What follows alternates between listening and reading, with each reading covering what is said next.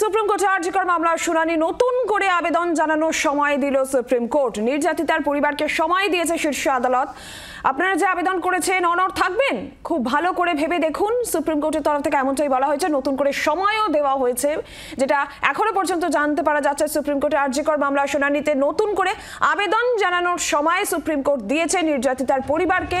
শীর্ষ আদালত নতুন করে আবেদনের সময় দিয়েছে এবং শীর্ষ আদালতের তরফ থেকে যেটা বলা হয় যে জিজ্ঞাসা করা হয় আপনারা যে আবেদন করেছেন অনড় থাকবেন, খুব ভালো করে ভেবে দেখুন। বলা হয় শীর্ষ আদালতের তরফে নতুন করে আবেদনের জন্য নির্যাতিতার পরিবারকে সময় দিল শীর্ষ আদালত। আমরা জানবো এই বিষয়ে বিস্তারিতভাবে। রাজীব চক্রবর্তী রয়েছেন টেলিফোন লাইনে। রাজীব, কি খবর রয়েছে? সুপ্রিম কোর্ট নতুন করে আবেদনের জন্য সময় দিয়েছে নির্যাতিতার পরিবারকে, আর কি জানা যাচ্ছে, কি হচ্ছে? দেখো, নির্যাতিতার পরিবারের তরফ থেকে আইনজীবী করুণা নন্দী আজকে সওয়াল করার জন্য উপস্থিত ছিলেন এবং সেখানে শুরুতেই প্রধান বিচারপতি জানিয়ে দেন যে আপনারা যে আবেদন জানিয়েছেন সেই আবেদনে আপনারা অবস্থান একেবারে অপরিবর্তিত রাখবেন নাকি আপনারা সেই আবেদন প্রত্যাহার করবেন। এক্ষেত্রে সলিসিটর জেনারেল তুষার মেহতা তিনিও বলেন যে আবেদন জানানো হয়েছে সেই আবেদন যদি শুনানি হয় সেটি মামলায় প্রভাব ফেলবে এবং যে অভিযুক্ত বা দোষী সাব্যস্ত হয়েছে সঞ্জয় রায়, তিনি সুবিধা পেয়ে যেতে পারেন এই মামলার শুনানি হলে এবং এই আবেদনের শুনানি হলে। তার কারণ তোমাকে বলে রাখি যে এই আবেদনে কিন্তু মূলত সিবিআই তদন্ত নিয়েই প্রশ্ন তোলা হয়েছিল। সিবিআই তদন্ত নিয়েই যদি প্রশ্ন ওঠে তাহলে সেই তদন্তের প্রেক্ষিতে শাস্তি কিভাবে দেওয়া হতে পারে তা নিয়ে কিন্তু স্বাভাবিকভাবেই যিনি অভিযুক্ত, যিনি দোষী সাব্যস্ত, তিনি সুবিধা পেতে পারেন এমন একটি বিষয় উঠে আসে। আদালত স্পষ্ট করে জানায় যে আপনারা যদি অনড় থাকতে চান নাকি অনড় থাকবেন না নাকি প্রত্যাহার করবেন আপনারা ভেবে জানান।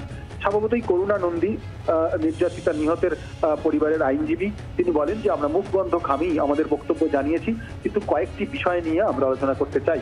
আদালত তখন স্পষ্ট করে জানায় আপনারা এই আবেদন প্রত্যাহার করে নিন এবং নতুন করে আবেদন জানান এবং যে ক্ষেত্রে নতুন করে আবেদন করা হলে সেক্ষেত্রে শুনানি হতে পারে।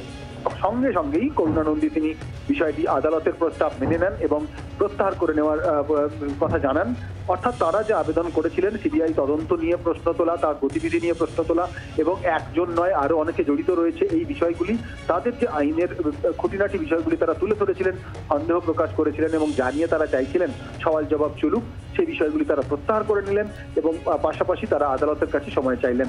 সুপ্রিম কোর্ট প্রধান বিচারপতি সঞ্জীব খান্নার বেঞ্চ স্পষ্ট জানিয়ে দেয় আপনারা আবেদন নতুন করে জানালে তারা নতুন করে শুনানির দিন ধার্য হবে। দুদিনের মধ্যে যদি নতুন করে আবেদন জানানো হয় তাহলে আগামী দিনে শীঘ্রই যাতে শুনানি হয় সেই আবেদনের শুনানির সময় জানিয়ে দেওয়া হবে। নিহতের পরিবারের তরফ থেকে বিষয়টি মেনে নেওয়া হয় এবং তারা আজকে তাদের আবেদন প্রত্যাহার করেন এবং খুব অল্প দিনের মধ্যেই তারা নতুন করে তাদের আবেদন জানাবেন এবং সেই মামলার মেনশন করা হবে, অর্থাৎ আদালতে উল্লেখ করা হবে, তারপর শুনানির দিন ধার্য হবে। তোমাকে জানিয়ে রাখি যে এই মূল আবেদনের পাশাপাশি একটি বিষয় উঠে আসে।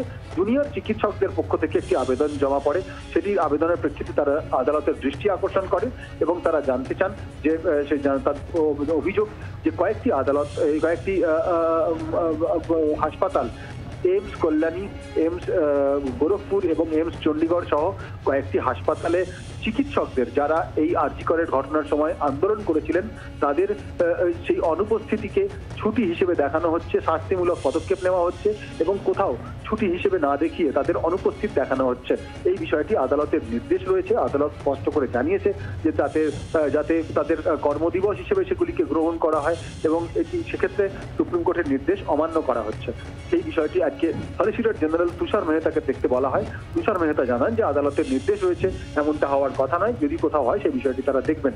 সেক্ষেত্রে আদালত আবারও আজকে স্পষ্ট করে জানিয়ে দিয়েছে যে সময় চিকিৎসকরা আন্দোলন করেছিলেন সেই আন্দোলনের সময় তাদের যে কর্মবিরতি ছিল সেগুলিকে তাদের অনুপস্থিতি বা ছুটি হিসেবে দেখানো যাবে না, তাদের অন ডিউটি দেখাতে হবে এবং এই বিষয়টি যাতে অতীতে কোনো এই অতীতের ঘটনাকে সামনে রেখে ভবিষ্যতে যাতে সেদিকে নজির সৃষ্টি না করা হয়, নজির হিসেবে টেনে নেওয়া হয়, সেদিকেও কিন্তু নজর রাখতে হবে।